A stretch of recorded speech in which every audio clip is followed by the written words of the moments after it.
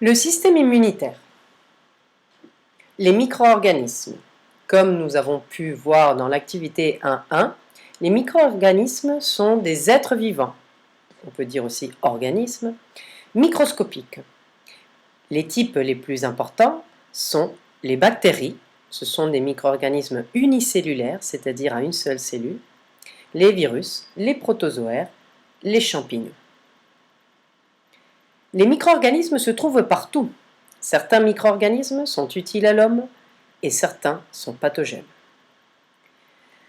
La réponse immunitaire, c'est-à-dire l'ensemble des réactions de notre organisme pour lutter contre les micro-organismes qui rentrent et qui l'attaquent. La contamination et l'infection. L'organisme est constamment confronté à la possibilité de pénétration de micro-organismes issus de son environnement. Donc vous pouvez voir ici, on est entouré et on est envahi par des micro-organismes. Donc on a plus de cellules de micro-organismes sur notre corps et dans notre corps que de cellules à nous. Ici, vous avez un lien, je vous ai mis un lien pour les curieux, pour ceux qui veulent aller regarder des images des micro-organismes dans notre environnement. Donc les micro-organismes responsables de la plupart des maladies sont les bactéries et les virus. Les micro-organismes, donc ici, voilà, vous avez une image des tailles relatives de ces éléments-là. Nous avons ici une cellule de notre corps, c'est un globule rouge, et que nous avons observé au microscope. À côté, nous avons une bactérie. Donc regardez la taille relative, les bactéries sont plus petites que les cellules de l'organisme. Si on agrandit la bactérie, on voit à côté les virus. Donc en agrandissant encore plus, vous voyez ici la bactérie, on peut observer les virus encore plus grands, mais ils sont très petits par rapport à la bactérie. Donc les micro-organismes pathogènes se transmettent de différentes façons d'un individu à l'autre, par l'air, l'eau, les aliments, le sang, les relations sexuelles ou par contact avec d'autres objets. S'ils pénètrent dans l'organisme en franchissant la peau ou les muqueuses, c'est la contamination. Donc ici, je vous ai mis ces images-là pour bien insister sur la différence entre muqueuse et peau. Donc la peau, vous savez, et les muqueuses, une muqueuse, c'est une peau, c'est la peau qui recouvre l'intérieur de notre corps. Donc ici, vous voyez la muqueuse de la bouche. Donc toute la bouche, la peau qui entoure la bouche, c'est une muqueuse. On a une muqueuse aussi au niveau de tout le tube digestif et du vagin également. Donc, après contamination, les micro-organismes peuvent se multiplier. C'est l'infection. Il y avait plusieurs élèves qui m'avaient demandé comment se multiplient les micro-organismes. Donc, je vous ai mis une petite vidéo. Allons voir la vidéo.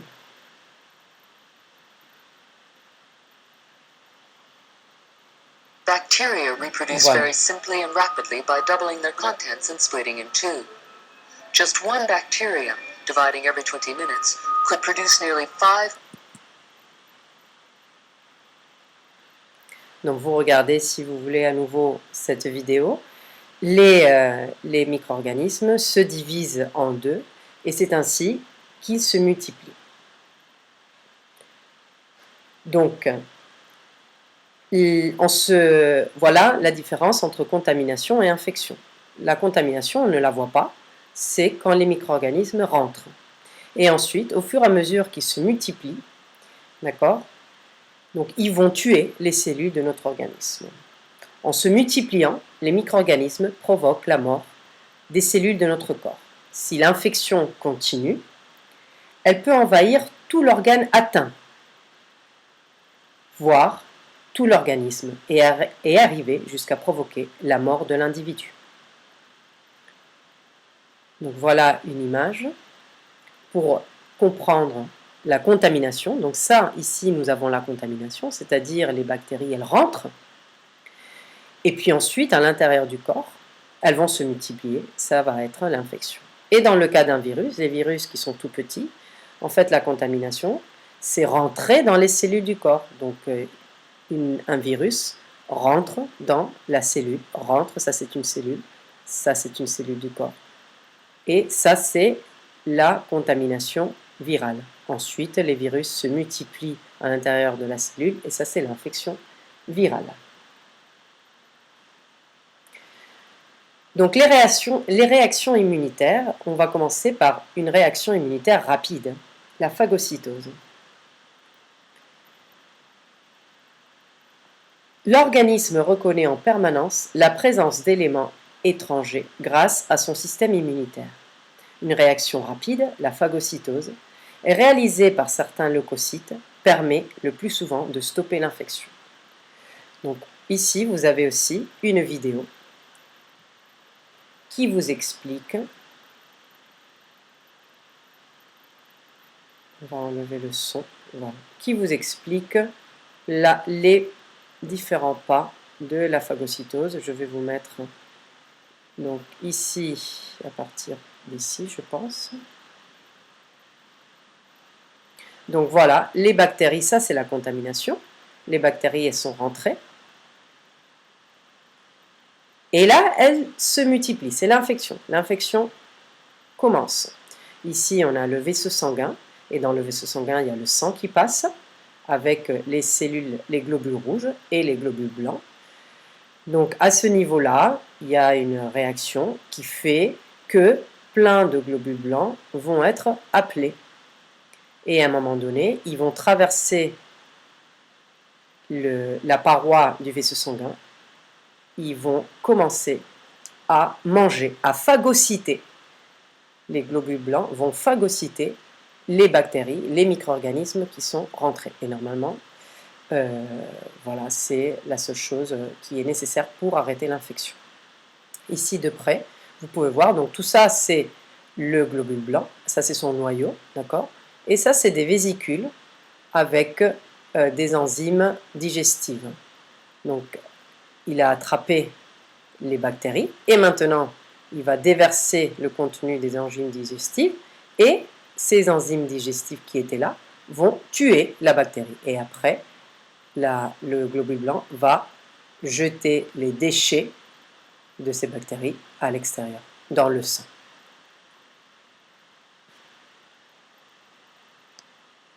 Donc, on revient à notre présentation. J'espère que vous avez mieux compris avec cette vidéo que vous pouvez revoir autant de fois qu'il le faut.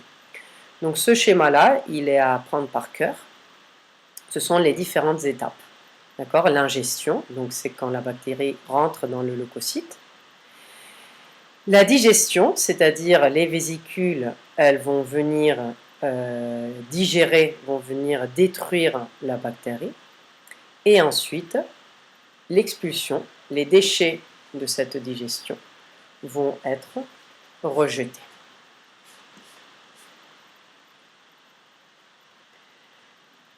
Donc ensuite, nous avons la réaction immunitaire lente. Lorsque l'infection se poursuit, c'est-à-dire lorsque la phagocytose n'est pas suffisante, des réactions immunitaires plus lentes se mettent en place. Elles font intervenir d'autres leucocytes, d'autres globules blancs, les lymphocytes B. Donc on va voir que font les lymphocytes B. Voilà un lymphocyte B, voilà un phagocyte. Donc ce sont deux types de soldats différents. Donc vous voyez, en plus, ils sont différents. Là, le noyau, il est tout rond. Et ici, le noyau, il a des espèces, il est formé en sac. Il est lobulé. D'accord? Tout ça, c'est le noyau de cette cellule-là. Les deux cellules sont des globules blancs. Les deux. Alors, ce sont des soldats de l'armée qui nous défend. Mais les lymphocytes B sont un type de soldat, les archers par exemple, et les phagocytes sont un autre type de soldat. Donc les lymphocytes B, c'est-à-dire un type de leucocyte, circulent dans le sang aussi. Tous les globules blancs circulent dans le sang. Ils peuvent rencontrer des micro-organismes et reconnaître leur antigène. Donc, qu'est-ce qu'un antigène? Regardez ici, un antigène, c'est une molécule à la surface du micro-organisme qui lui est caractéristique. Donc, chaque type de bactérie aura un type différent d'antigène. L'antigène, c'est un morceau du micro-organisme, c'est une partie du micro-organisme. Donc, ça, il faut bien le comprendre. Antigène, c'est une partie du micro-organisme. Et c'est l'antigène qui est reconnu par le système immunitaire. D'accord? C'est comme chaque personne a des cheveux différents. Et c'est au loin, par exemple, c'est grâce aux cheveux de cette personne que vous allez les reconnaître. Ça, c'est pareil. C'est grâce à ces antigènes que le système immunitaire va reconnaître ce micro-organisme.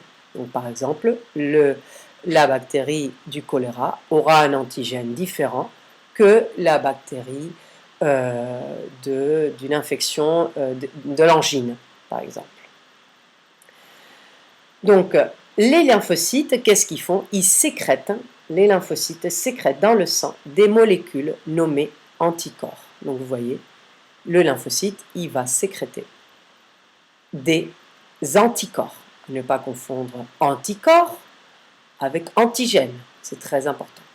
Anticorps, c'est gentil, c'est ce qui est, c'est les flèches de l'archer, et l'antigène, c'est là où la flèche va venir se coller. Donc chaque type d'anticorps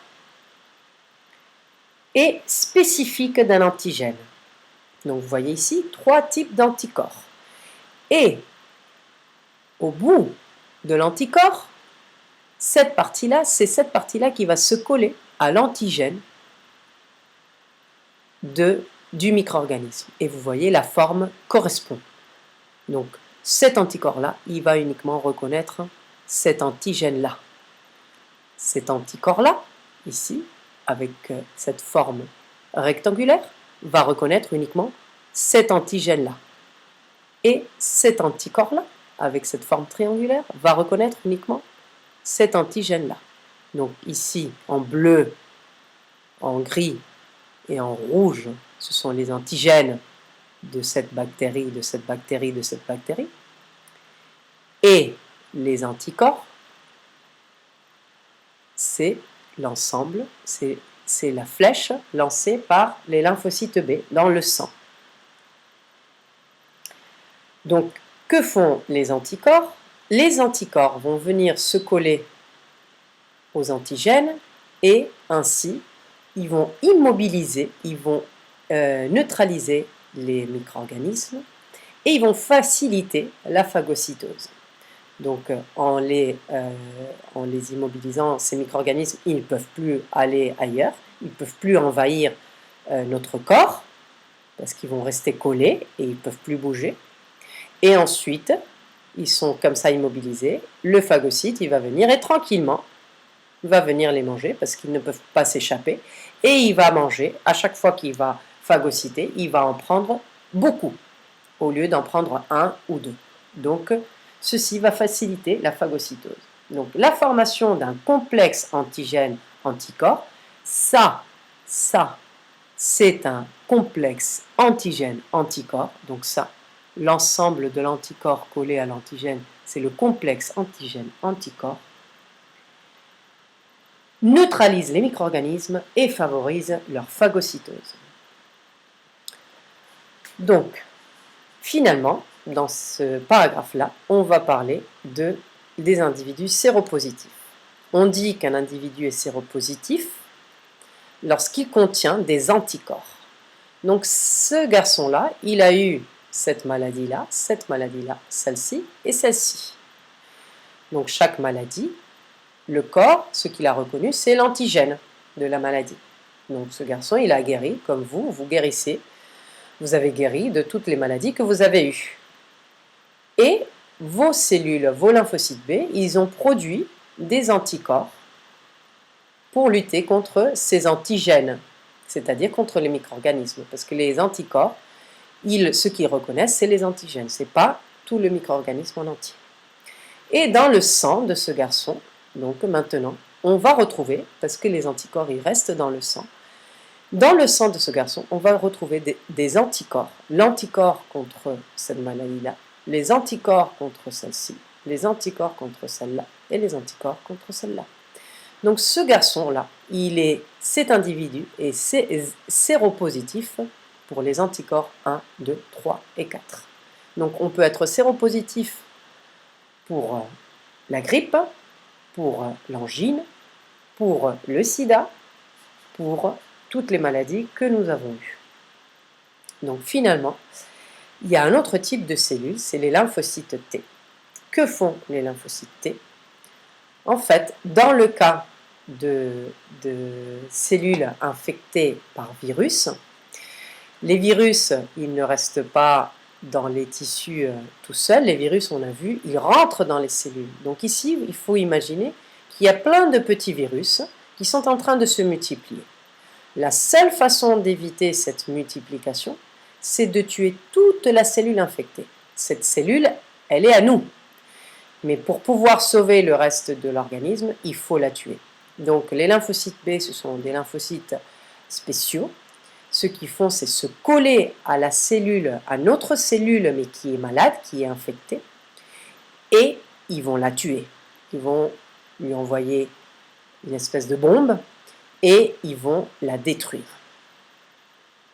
Donc, les lymphocytes T détruisent par contact les cellules qui ont été infectées par un virus.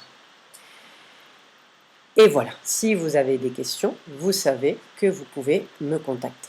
J'espère que maintenant c'est plus clair.